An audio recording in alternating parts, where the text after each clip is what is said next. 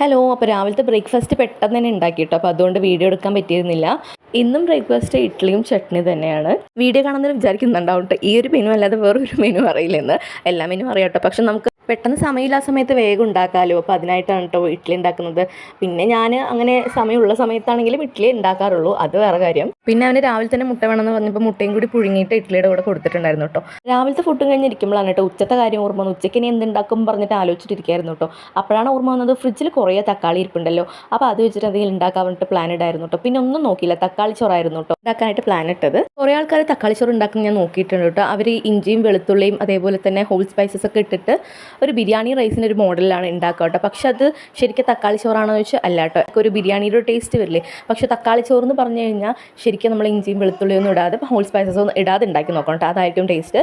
ഇതെൻ്റെ അമ്മൻ്റെ റെസിപ്പിയാണ് കേട്ടോ. പിന്നെ ഞങ്ങൾ തമിഴ് ഫാമിലി ആയതുകൊണ്ട് തന്നെ വീട്ടിൽ കൂടുതലും ഈ തക്കാളി ചോറ്, പുളിച്ചോറ്, നാരങ്ങച്ചോറ്, അതേപോലെ തന്നെ തൈര് ചോറ് ഇതൊക്കെയാണ് കേട്ടോ കൂടുതൽ ഉണ്ടാക്കാറ്. അതുപോലെ തന്നെ ട്രിപ്പ് എവിടെയെങ്കിലും പോവുകയാണെങ്കിൽ പോലും അമ്മ വേഗം തക്കാളി ചോറാണ് കേട്ടോ ഉണ്ടാക്കുന്നത്. അതേപോലെ തന്നെ നാരങ്ങച്ചോറും പിന്നെ പുതിന ചട്നിയും പിന്നെ നാരങ്ങ അച്ചാറും ഇതൊക്കെ ഒഴിച്ചുകൂടാൻ പറ്റാത്ത ഒരു മെനു ആണ് കേട്ടോ. പിന്നെ കൂടുതലും പിന്നെ ഞങ്ങൾ അമ്പലത്തിലേക്ക് പോകുമ്പോഴാണ് കേട്ടോ ഈ ഒരു മെനു ഉണ്ടാക്കിയിട്ട് കൊണ്ടുപോകുന്നത്. പിന്നെ അറിയാത്ത സ്ഥലത്തിലൊക്കെ പോകുന്ന സമയത്ത് കടയിൽ നിന്ന് തപ്പി നടക്കണ്ടല്ലോ ഫുഡ് കഴിക്കാൻ വേണ്ടിയിട്ട് എന്നിട്ട് പെട്ടെന്ന് തന്നെ ഉണ്ടാക്കി വെക്കണം കേട്ടോ. എന്തായാലും അതൊരു നല്ല ഐഡിയ തന്നെയാണ്. ഇന്ന് പിന്നെ ഞാൻ തക്കാളി ചോറിൻ്റെ കൂടെ കൂട്ടാനായിട്ട് മുട്ട ഗ്രേവിയാണ് കേട്ടോ ഉണ്ടാക്കിയിട്ടുള്ളത്. ഇത് ഞാൻ യൂട്യൂബിൽ നോക്കിയിട്ട് ഉണ്ടാക്കിയൊരു റെസിപ്പിയാണ് കേട്ടോ.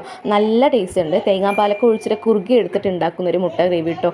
ശരിക്കും ഈ തക്കാളി ചോറ്, പുളിച്ചോറ്, നാരങ്ങച്ചോറ്, തൈര് ചോറ് ഇതിൻ്റെ കൂടെയൊക്കെ നോൺ വെജ് വെച്ച് കഴിക്കുമ്പോൾ നല്ല ടേസ്റ്റ് ഉണ്ടാവും.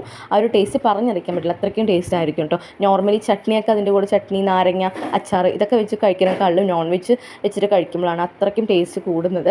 അപ്പോൾ എന്തായാലും എനിക്ക് ഈ ഒരു തക്കാളി ചോറും അതേപോലെ തന്നെ ഈ ഒരു മുട്ട ഗ്രേവിയും ഫേവറേറ്റ് ആണ് കേട്ടോ.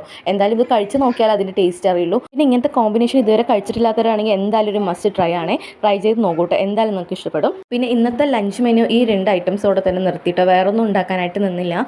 പിന്നെ കുറേ വെജിറ്റബിൾസ് ഒക്കെ ഫ്രിഡ്ജിലുണ്ട് കേട്ടോ. അതൊക്കെ മെല്ലെ മെല്ലെ ഓരോന്ന് എടുത്ത് ഉണ്ടാക്കണം. അപ്പോൾ എന്തായാലും ഇന്ന് ഈ ഒരു മെനുവോടെ തന്നെ അവസാനിപ്പിച്ചിരിക്കുകയാണ്. പിന്നെ ഞാൻ ഡയറ്റിലിരിക്കുന്നതുകൊണ്ട് പിന്നെ അതിൻ്റെ ആവശ്യമായി ക്യുക്കുമ്പറും ക്യാരറ്റൊക്കെ വെച്ചിട്ട് ഞാൻ ഫുഡ് കഴിച്ചിട്ടുണ്ടായിരുന്നു. ശരി, എന്നാൽ ഇന്നത്തെ വീഡിയോ ഇത്രയേ ഉള്ളൂ കേട്ടോ. പുതിയൊരു വീഡിയോ ആയിട്ട് എന്തായാലും നാളെ കാണാം. ബൈ.